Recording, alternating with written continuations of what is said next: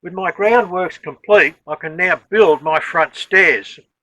I would have preferred to weld up the stringers and all the framing in metal myself. But once you put steel in a construction, especially stairs, the authorities require fully engineered drawings and inspections. I can avoid these high costs by using all timber instead, and I looked at three options. The first was pine sleepers. These are cheap and easy, but not easily available in the width required for the stringers, nor with the outdoor longevity this job requires. My second option was hardwood, readily available from the timber mills in my local area, but cut green and requiring 3 to 4 months to season, with shrinkage and warpage guaranteed at the end of that. My third option was laminated veneer lumber, surprisingly the same cost as fresh cut hardwood, available in the 300mm width that I required from the stringers and an outdoor water resistant H3 grade. So this is what I went with. This video brought to you by Saddington's Building Supplies for all your building needs in the Hunter Valley.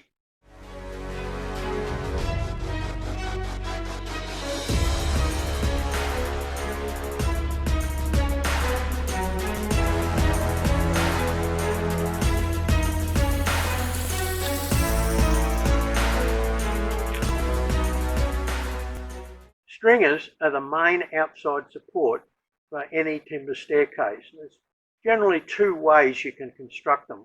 One is to put the stringers on the outside of the stairs with the stair treads between them, and that way you either put supporting framework or use a saw and a chisel and you notch out a groove and the treads slide into it.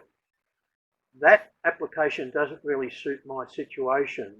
I'm going to use the other method, which is you take the stringer and you cut notches in it, and your stairs are placed on the top of those cut out notches. How do you mark those cuts out when you're going to make a notched stringer? I'll show you the easy way I've come up with. I've made a simple jig for marking out the cutouts in my stringers. Just a bit of scrap MDF. That's the rising of my steps, which is 150mm, and that's the going of the step, which is 400mm. Every single one of those on all of my steps has to be exactly the same rising and the same going. That's standard in the industry around the world. I put a strip of timber along the edge, and to use this to mark out my notches, all I do is place it against the timber.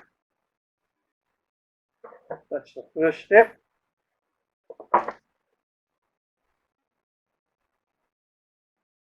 Second step.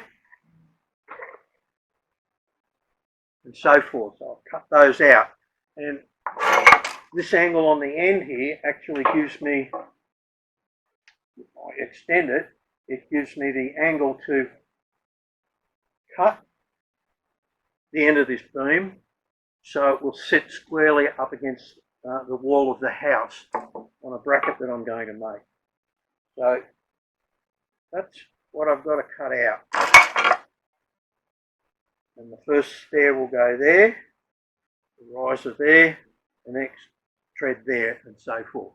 Once I've got one of these full stringers cut out, I'll probably use that first stringer as a complete pattern, and that way I can guarantee that all of my stringers are exactly the same.